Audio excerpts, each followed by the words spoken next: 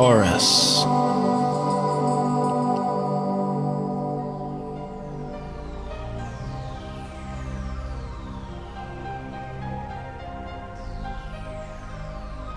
Hello Taurus, Happy New Year. This is your January forecast for 2016 and here we go. A brand new year opening up and we're always excited to see how we're going to start off the year, and for you, your focus is going to be mainly here on the 9th house, which is reaching for higher education, higher understanding, or also expansion of consciousness, which this area represents. We have the sun, we got the new moon, we got Mercury here, and of course Pluto. So Pluto has been working in this area for a long time, over these last few years, where you have already started to feel that transformation taking place about finding your place upon the planet and your purpose. So Pluto is carving that path for you. And it's going to be joined here with the sun, and the sun is you, and so there's going to be something here, especially there around January 5th when the sun and Pluto are conjunct, is a day where you're really going to put things into perspective. There might also be a situation that might present itself which has a transformative quality to it. At least there's going to be one of these, should I say, epiphanies coming. Also on the 5th, we got the sun and Neptune. They are squaring off on each other, and so that's more you. This is the very same day as the sun and Pluto are active. Neptune is your hopes, your dreams, your ideals. When it comes into square here with the sun, which is you, you're kind of looking at the path that you've been on, perhaps looking back into 2015, at what you have accomplished thus far, and what it is now you want to tweak, okay? The squares gives us that dynamic edge to look at it, and especially because the sun is getting very, very close to Uranus with a square as well, which will be on the 7th. So when the sun and Uranus comes together, we have change. Some of this could be premeditated change, where you're feeling, or have been feeling, should I say, the need to turn a corner. But for others, this change can come about totally unexpectedly. That's what Uranus does many, many times.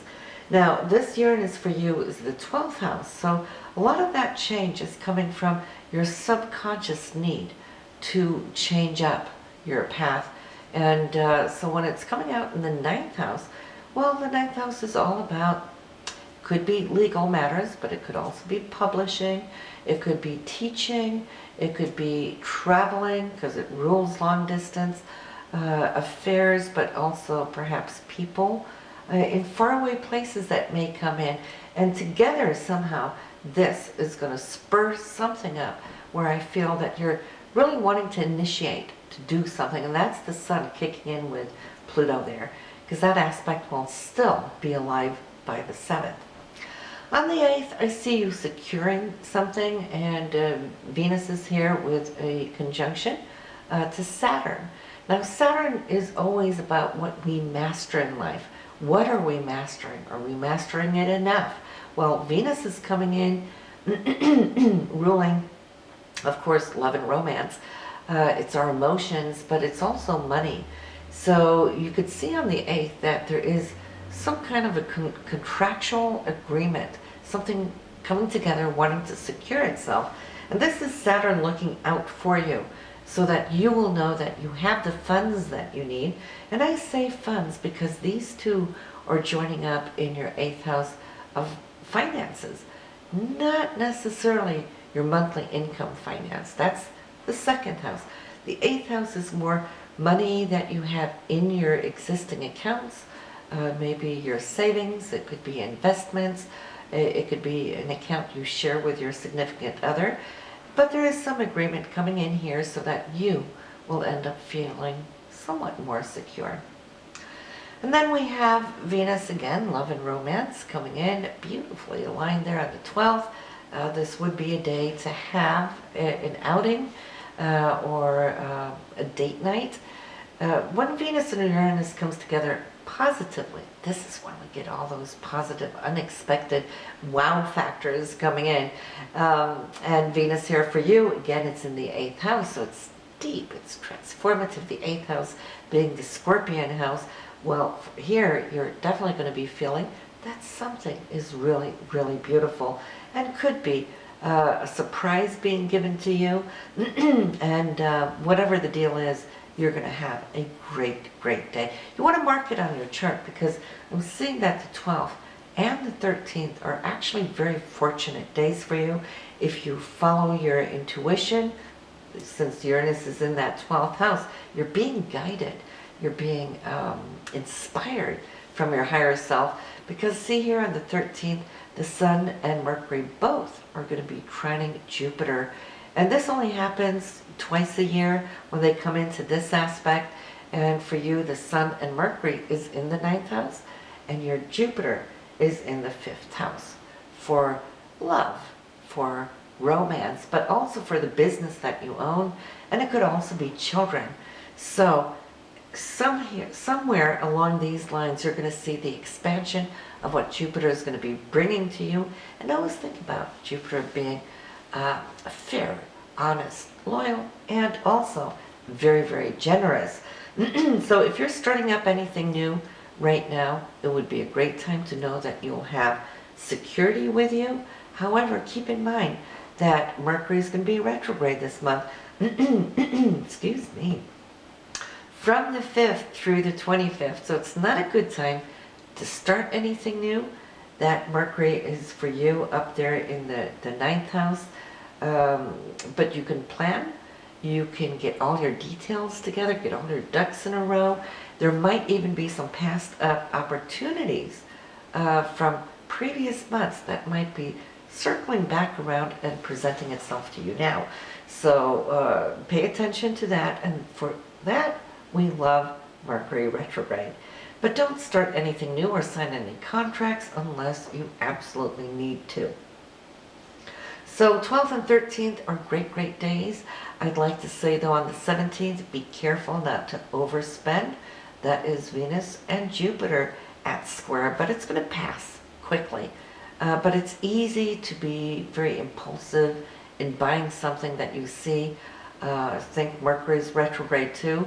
So if you can pass that a couple of days and then ask yourself if you still want that item. If it's still with you, well then go for it.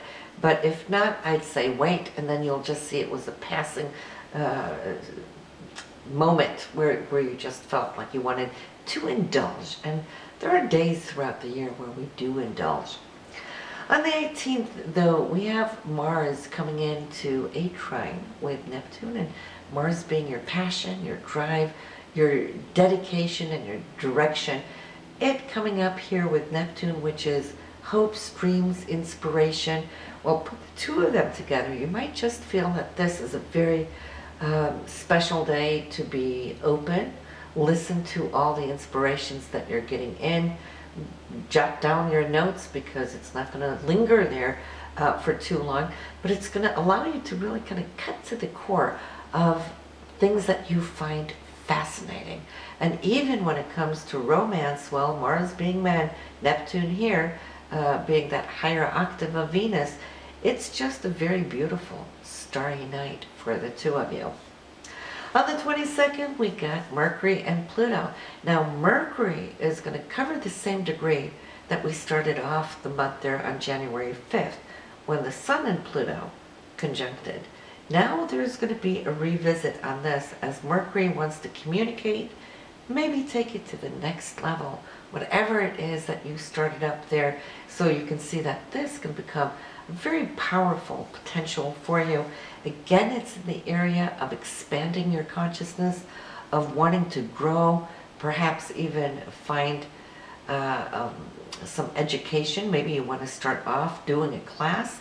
In that case, that will behoove you, because all of this is all about deepening the qualities that you have when you're searching to become more of who you are. Only thing I'd like to mention here, since Mercury is still retrograde and Pluto is here in that 9th house, if you have pending matters of legal nature, this would be a time that you could hear from them, just like you probably could have on January 5th. So those 2 dates are key dates for those matters. But Jupiter is working, still expanding your area of love and growing perhaps the businesses that you own, and we want to make the most out of it as long as Jupiter is going to be here until that later this summer. But Jupiter will be going retrograde here fairly soon, not quite yet.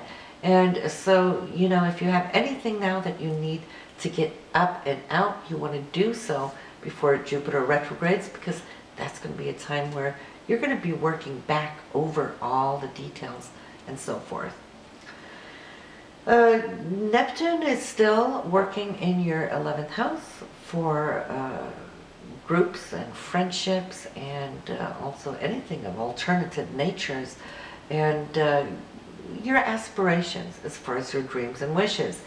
And I love to see that when it's here and it receives good transits, well, that is the sky opening up for you, and that would be there on the 18th when Mars is connected to that Neptune. And that Mars will then be coming from your area of the 7th house. For relationships, it will be ingressing, moving into your 7th house here early month.